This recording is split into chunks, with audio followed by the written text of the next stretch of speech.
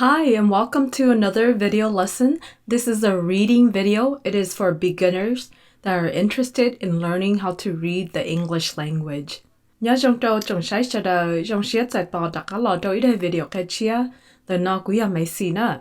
The video nó do ý đây ở của Qhia cho cái nhận đó của Qhia Nyeem cho ý Zaj Nkauj để nó do đây thiết kế ở của Qhia Nyeem và do nhận lưu anh ký và do nhận English nữa.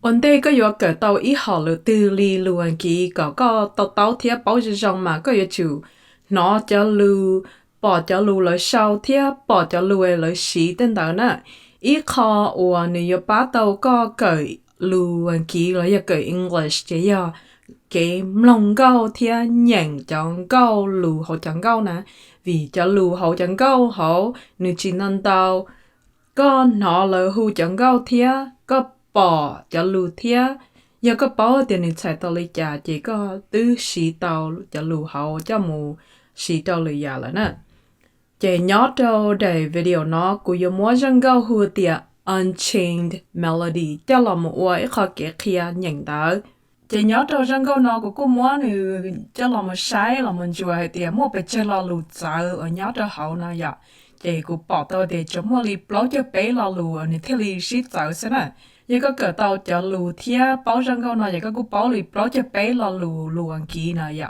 cho lì cú tàu một cháu thiab một nhận cho răng câu nó người hai tàu là cánh cửa để răng câu nó giờ ra và giờ the most cover song in the music of history nó này vậy răng câu và tin nên nhà tất cả hù đua thiab cover đua tàu chấp lời nè cho nên mua công tâm bê cho artist cho singer là từ mua công tâm bê là chắc cả mua răng câu nó cover đua là chắc ăn đó đua lô chị là chắc cả tôi thế như đua nó thiệt chỉ ta li tin nên thống bờ cán tu nó mất xài và lỡ họ lù cho lỡ mua hù thiệt nó nè chỉ nếu là cover tao lên tới thiệt nó chỉ là hay tiệt răng câu nó ra và đâu cover đâu chấp lời thống bờ tiết tế nó bám band sounder này vậy Thai sounder nếu cứ mua răng câu nó hù và lù móng thiệt có một lòng nữa thiệt này tao cá của kia rất cho lù cho có bảo nhận ta lỡ của sao có mua răng câu nó chơi hậu YouTube nó là mua con tàu luôn bề của tức kia nó là chỉ có một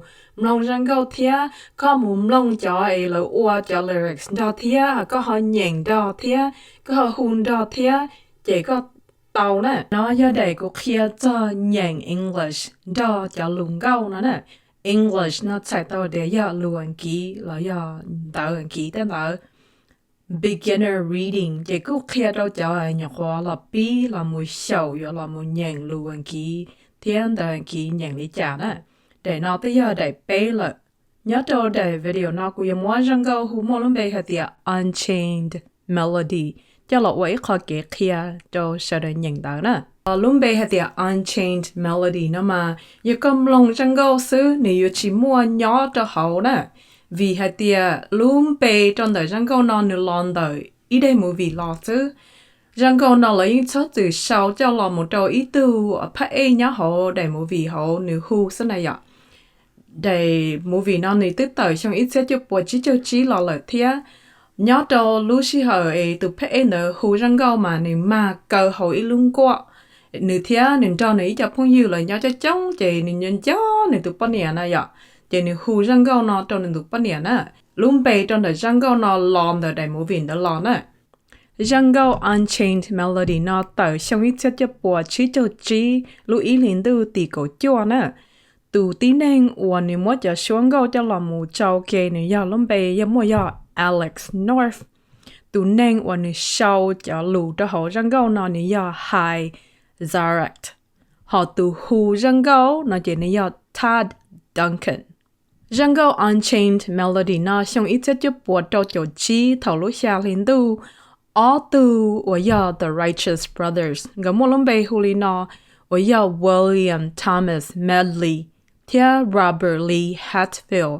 ở tu nó đã có mua răng câu Unchained Melody nó đã có hù đùa nè từ tàu cổ xong tất cả trên cái mà đã có mua răng câu nó cover thế hù đùa chỉ răng câu nó tiêu li mua công tâm bên đó thống bờ cán tu nè tí nên cho cá thì bảo răng câu nó chỉ lon the Righteous Brothers nè chỉ nhớ cho hồ răng câu nó nếu chưa mua khó chorus thia ý khó verse nữa khó chorus nó mà khó hu ta trả cá hu đua thì nhớ cho hậu giang câu nó nếu chấm mua khó chorus thia ý khó verse thì ý ngay lù xứ nè thì nếu pin đã khó chorus cho thì nếu mà trả cá là mù high verse cho nên ta high chorus cho xí nè giờ có thứ sai của ở đây video ở đây là giờ có những bảo hệ của nhàng ở đây giờ có mặc kia có nhàng ý lo lù rù nè vì hệ tiệt giờ có stop bỏ cho lù nó đua giờ có giờ chịu to nó có bảo tiền này high ly cha giờ có mà lúc họ mua giờ chịu trợ cá có bỏ có lúc bán chơi giờ chịu mloog có bảo lo lù giờ có cá có theo lái à chị nhớ cho họ chorus một cho cá lù chua nó này ạ không có mà tí nên sau mà là chỉ sau cho cá lù có ta một pin bầu đòn chỉ có hay để giờ complete sentences nữa tí nên sau mà là chỉ sau cho clauses sẽ nên chẳng chua liên đã cá tê cá lù chỉ mua li họ là một sau lú chỉ sau này ạ họ tê họ mua nó là chị cho nhớ cho hồng câu nó mà nó chỉ mua lên đó nè cú sáu nó là cú sáu li hà cho clauses thế cú kia bé nhàng cho lù có tấu cho lù thế có mồm lông chọn câu có bó cho lù họ chọn câu chỉ có sự cho lù có bỏ cho lù có bó hại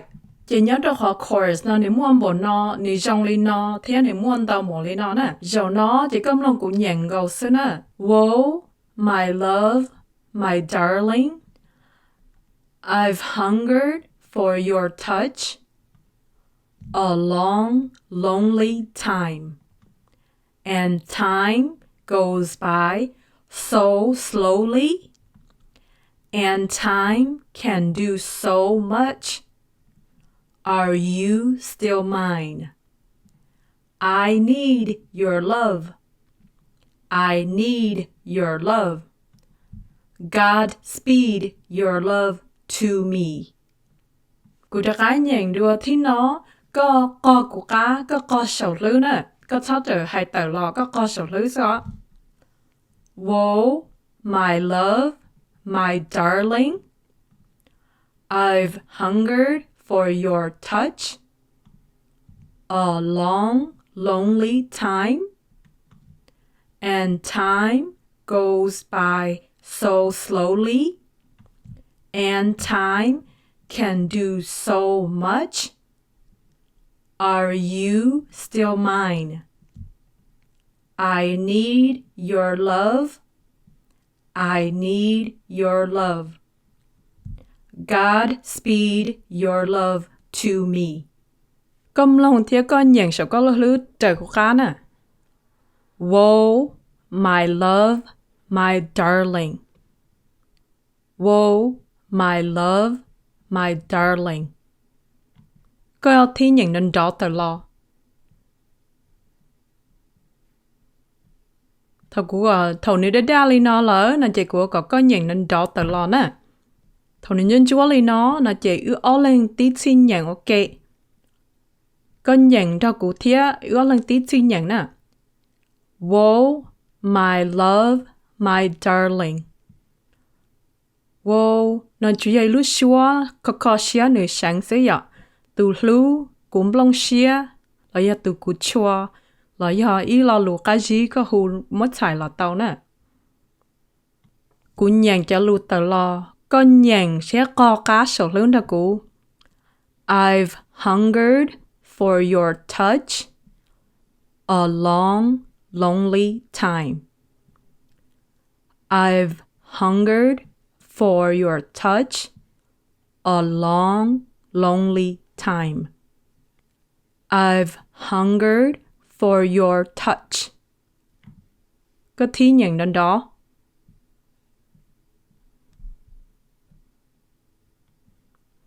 A long, lonely time. Có thi nhận. I've hungered for your touch a long, lonely time. Có thi nhận.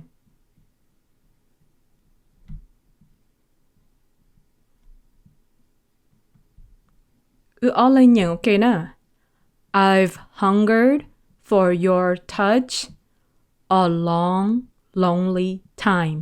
Nhớ đâu hậu trả lù hậu chẳng câu nào từ sau nữ sĩ lo lù hả tìa hungered. Nị chạy tao hả tìa ya chết chai lần hừng khí ý à đã chi nè nè. Để sĩ nị mua lo lù nó bị ô tô khó hả tìa kiện giao nè ya thầu có hừng khí ý à đã chi có yếu tu hả ta lên tờ mà không đợi mà ya khó yếu chữ tao nó tên tờ nè.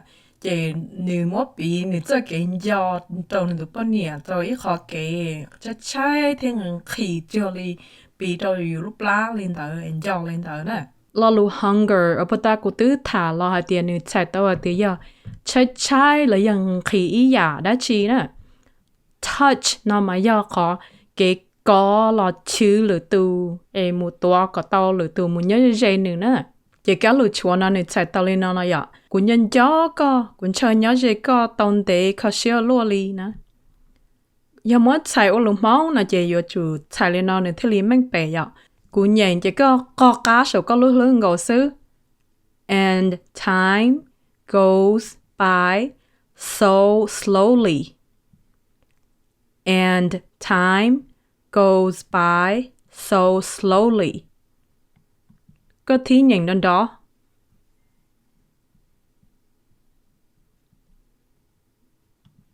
Có nhận đến đó, thì cũng nhận đến đó ở tí thí nhận ok nè. And time goes by so slowly. Các lũ nó nít chạy tao lên nó. Thì chả lũ sẽ hở yếu kia cánh tam bảo lì. Cũng nhận đến đó có cá sấu lớn đó cũng nè. And time can do so much. And time can do so much. Có thí nhận đến đó nè. Ở lên tí thí nhận ok. And time can do so much. Thia lúc sợ chả yếu ô tông đâu ya ô lô li. Are you still mine? Are you still mine? Có thí nhận. Ở lên nhận ok. Are you still mine? Có bộ chuyện nhờ của tù lỡ. Nhân chẳng ngó từ chính đánh nó nếu mà cơ không có chạy nếu hưu trong nền tụ bắn nè nè. Cú nhận. I need your love. I need your love. Có nhận. Ở lên nhận ok nè. I need your love. I need your love. Là lù need nó mà nên chạy tao hai tìa. Yếu chủ tao mua là yếu chủ tao nó. Chả không nhớ hồn địa tế ở bế ổn hình nhớ yếu chủ tao mua thế yếu chủ tao mà yếu chủ yếu li. Nó giống nó mỏ hậu đê tên đó này ạ. Thế mua vào mua chế nhớ thế li yếu chỉ tùa trái thế yếu chỉ nó tên đó yếu thế li ở tàu nâng tên đó này lo lù ni nè mà yếu chủ tao mua chẳng đó yếu thế li mua cho xe nè. Chế lo lù want nè mà yếu xá tao sư. Lo lù xá thế lo lù yếu chủ tao mà lo lù nó chờ chế bỏ lên nó nè. Chế yếu mất chạy lù mong hay để cô yếu chủ tao có cho cái lú nó chế yếu mất chạy nó chế cô chạy chỉ cho rong gâu bởi chơi là thế này ạ. Chế yếu cô theo mất chạy để cô xá tao có cho cái lú cũng chờ có cho cái lú nó là tao. Để xin nếu mất lo lù ni là bị đâu cho cái lú lên tao nè hay để cô yếu chủ tao mua có cho cái lú cô theo lý chỉ tốt nó nè. Chạy tiền tiền chạy đâu luôn cho lù tiền chỉ là lý nó nè.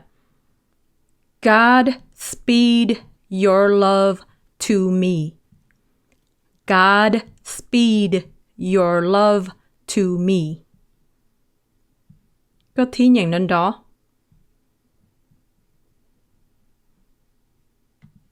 Ở lên nhận. God speed your love to me. God đang chỉ là chuyển tu này ạ. Chuyển tu xa có cho cái lũ có sẽ sai tốt đâu cũ.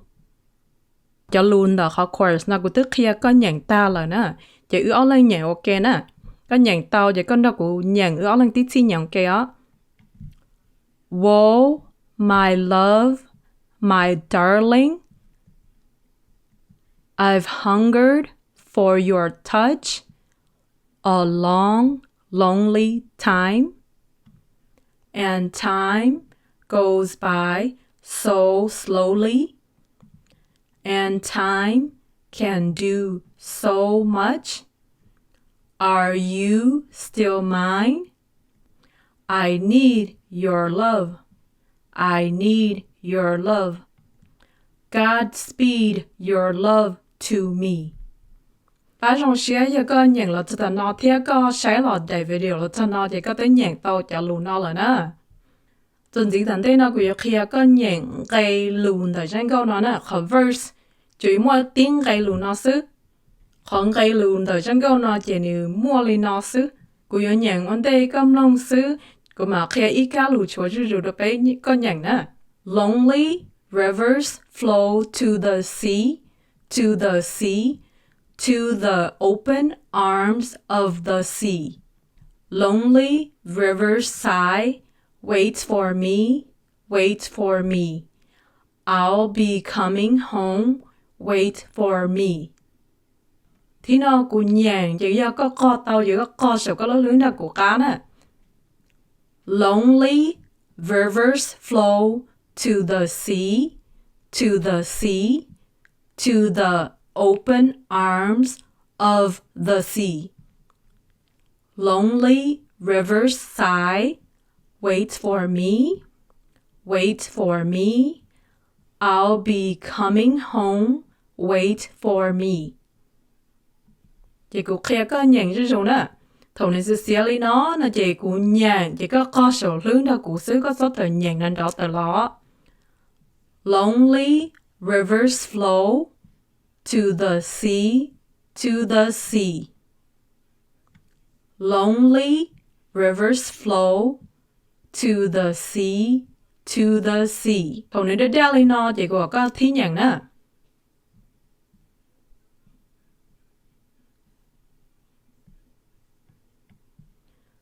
To the open arms of the sea. To the open arms of the sea. Có thí nhận.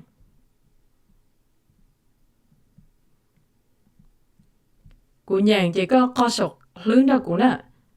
Lonely rivers flow to the sea, to the sea, to the open arms of the sea. Có thí nhận.